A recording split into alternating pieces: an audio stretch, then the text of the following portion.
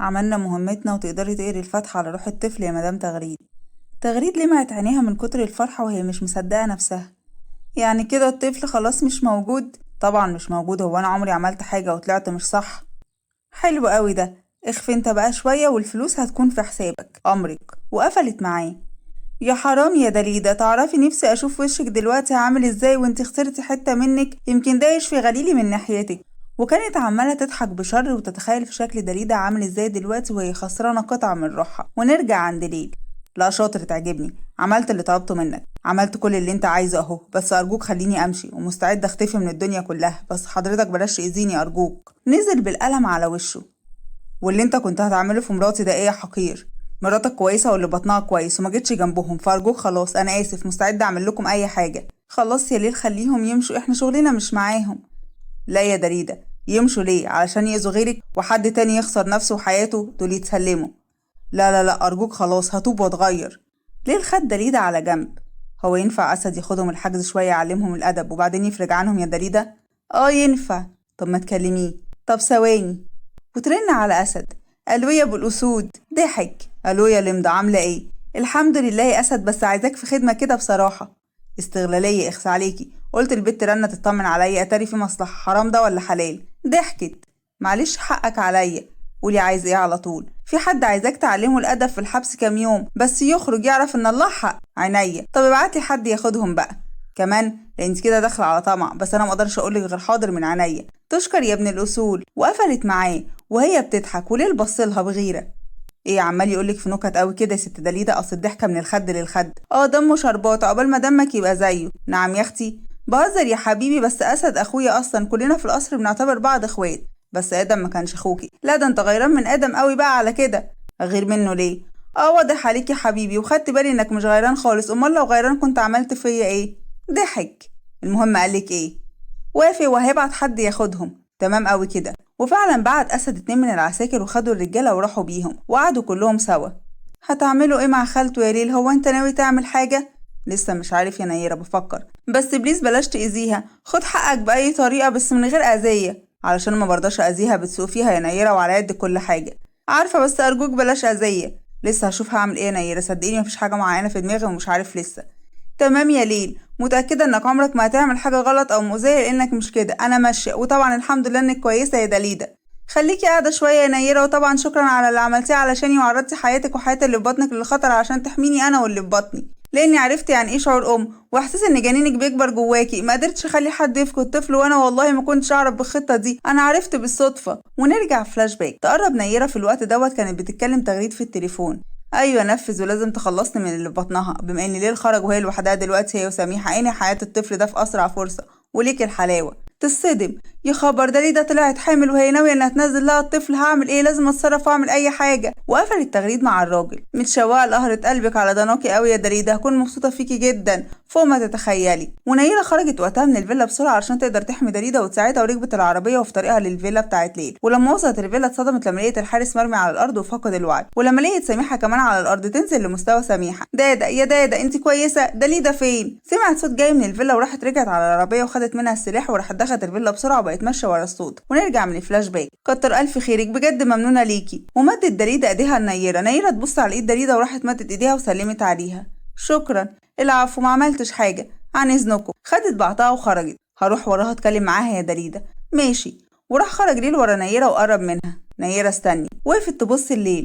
نعم يا ليل. قرب منها. شكرا، مفيش داعي تشكرني يا ليل. تحب اوصلك؟ لا خليك جنب مراتك، اكيد هي بعد اللي حصل هي خايفه ومحتاجه تطمن، فطمنها انا تمام. طبطب على كتفها. حقيقي مش عارف اقولك ايه. بصت على ايده اللي على كتفها وخدت نفس طويل. مش عايزاك تقولي حاجه يا ليل، سلام. وراحت ركبت العربيه ومشيت، وراح رجع هو دخل لدليده وقعد جنبها وحضنها وهي فضلت في حضنه عشان تطمن. اول مره احس بخوف اللي انا حسيته ده، كنت خايف قوي على طفلنا يا ليل. حضن وشها. حقك عليا يا عيون ليل من جوه، وانت ذنبك ايه يا حبيبي؟ اني ما كنتش جنبك وكنت بعيد عنك، وحتى الشركه بعيده عن هنا بكتير. انت معايا دايما حتى وانت بعيد يا ليل، كفايه ان قوتي بتضاعف بقوتك يا حبيبي. بس دماغها بكل حب وقرب علاء. نحن هنا. انت لسه هنا كمان بتطردني من بيتك؟ ما كانش العشم يا صديقي؟ شايفه يا مرات الغالي جوزك بيعمل فيا ايه مني غلبان يعني؟ ضحكت. لا طبعا الصراحة ما ينفعش، وهي دي ينفع تيجي على الواد منه غلبان. وضحكوا وقعدوا شوية وبعدين استأذن علاء ومشي، وكانوا بيخططوا ليل ودريدة يعملوا ايه مع تغريد، وكان التفكير مسيطر عليهم بشكل كبير قوي. وبالليل عند تغريد دخلت اوضتها علشان تنام وتقفل النور وتنام على السرير، واول ما قفلت عينيها سمعت صوت عياط طفل. فتحت عينيها بخضة مرة واحدة، ايه ده في ايه؟ صوت عياط الطفل ده. وتفتح النور بسرعة بخوف، انا شكلي كده كان متهيأ لي. وراحت قفلت النور ورجعت تنام، لقيت صوت ضحكات عالي قوي لطفل. لا بقى هو في ايه وايه الطفل ده؟ وراحت خرجت بره. يا نيرة انتوا يا اللي شغالين هنا حد يرد عليا. قربت منها نيرة. مالك يا خالته في ايه؟ هو في حاجه ولا ايه؟ انت تعبانه؟ انت سامع صوت عياط الطفل اللي عمال يعيط ده؟ لا يا خالته محدش بيعيط، مالك بس؟ والصوت كان عالي قوي وحاطط ايديها على ودانها. سكتوا العيل اللي عمال يعيط ده، مش قادره دماغي. اهدي بس يا خالته، ده انت شكلك كده تعبانه. لا حول ولا قوه الا بالله يا رب. انت هتجننيني ازاي يعني؟ انا سامعه صوت عياط طفل. وكانت عماله تهز دماغها. مش قادرة أسمع صوته أكتر من كده، لازم يسكت، دماغي وجعتني. يا خالته مفيش أصوات، ما أنا جنبك هو مش سامع أي حاجة، الواضح إن أعصابك تعبانة، تعالي ادخلي ارتاحي. ودخلت الأوضة بعد ما نيرة أكدت لها إن مفيش أي أصوات خالص، ونامت على السرير. وخرجت نيرة وهي بتضحك عليها والصوت سكت الحمد لله. وراحت نامت، واول ما نامت لقيت ايد بتتلف حوالين رقبتها وعايزه تخنقها. راحت فتحت عينيها مره واحده وهي عماله تكح، والايد دي تتشال من عليها، وفتحت النور. في ايه وايه اللي بيحصل معايا؟ وفضلت تكح جامد قوي. ازاي؟ ما هو لا يمكن يكون كابوس، انا حاسه اني عشت الموقف، بس ازاي ومحدش في الاوضه؟ انا مش فاهمه حاجه خالص. وكانت مرعوبه وجسمها عمال يترعش من كتر الخوف وهي مش فاهمه اي حاجه. ورجعت حطت دماغها على المخده. اعوذ بالله من الشيطان الرجيم. وراحت جت تكمل نومها لقيت قلم نزل على وشها. راحت قامت وهي بتتنطط من قوة الألم، وراحت خرجت من الأوضة وهي بتجري وخبطت في نيرة. ايه يا خالته بالراحة، كنت هتوقعيني. خديني انام جنبك. ليه يا خالته مالك؟ في ايه؟ انت كويسة؟ بس مش عايزة انام لوحدي، احسن حاسة نفسي مش كويسة بس مش اكتر. طيب يا خالته تعالي. وراحت طلعت بيها على الأوضة ونامت جنبها، وكانت ماسكة في نيرة زي الطفلة الصغيرة. لا ده انت شكلك كده خايفة قوي يا خالته. ما تقوميش من جنبي. حاضر. وفضلت ماسكه في نيره كده لحد ما نامت، ونيره قفلت الانوار. وراحت رجعت سمعت صوت عياط الطفل وضحكاته المخيفه، وقامت مفزوعه. نيره اصحي، الطفل رجع تاني وعمال يعيط ويضحك، ضحكته تخوف قوي يا نيره. مفيش حاجه يا خالته، نامي بقى، محدش معانا، مفيش غير انا وانتي. وراحت مسكت في نيره جامد. يا خالته حرام عليكي، انا تعبانه قوي وعايزه انام. والصوت راح وهي تتنهد بالراحه، ومر اليوم عليه بشكل طبيعي وعادي من غير اي احداث تانية. وتاني يوم نيره صحت خرجت بره وترن على ليل وهي بتضحك. عملت اللي قلت لي عليه يا ليل وهي خايفه قوي. شكرا يا نيرة. العفو يا ليل. دليلتها كويسة؟ الحمد لله كويسة. وانتي؟ الحمد لله. وقفلوا مع بعض وجه ليل الراجل. قربت منه سميحة. في حد مستنيك تحت يا ليل. ونزل ليل على تحت. اتفضل يا استاذ ليل، جهزت لك كل الورق اللي طلبته. تمام شكرا ليك يا متر، عن اذنك انا بقى. ومشي المحامي ودليدة قربت من ليل. حد كان هنا يا حبيبي؟ ده المحامي بتاعي. المحامي بتاعك ليه يا ليل؟ قرب منها. تعالى اقعدي، عايزه اتكلم معاكي. قعدت وقعد جنبها وطلع الاوراق. انت عارفه انا عمري ما اثق في حد غير فيكي. امضي يا دريدة على كل ده. دريدة تبص على الورق اللي قدامها وتتصدم. انت اتجننت يا ليل ولا ايه؟ انت عايزني امضي هنا؟ ايه الجيلان ده؟ ايوه يا دريدة، انت وبس اللي اقدر اعملها على كل حاجه، وانت عارفه ان انا واثق فيك ازاي. عارفه يا ليل، بس برضه ما ينفعش. عايز تتنازل بكل املاكك ليا ليه؟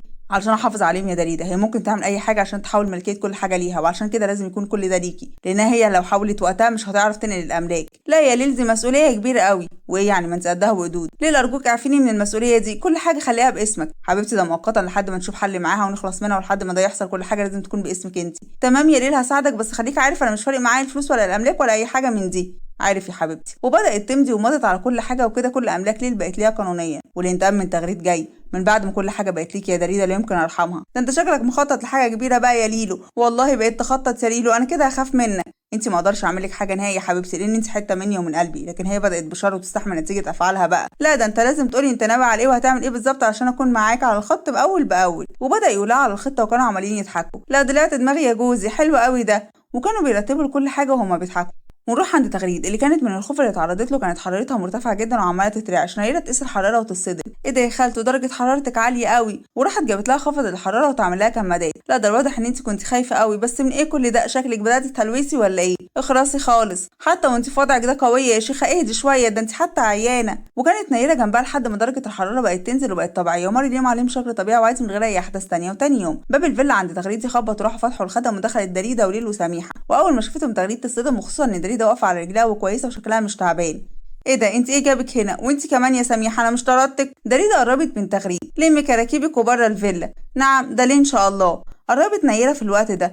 ايه ده؟ هو انت ما تعرفيش مش الفيلا دي بقت بتاعتي؟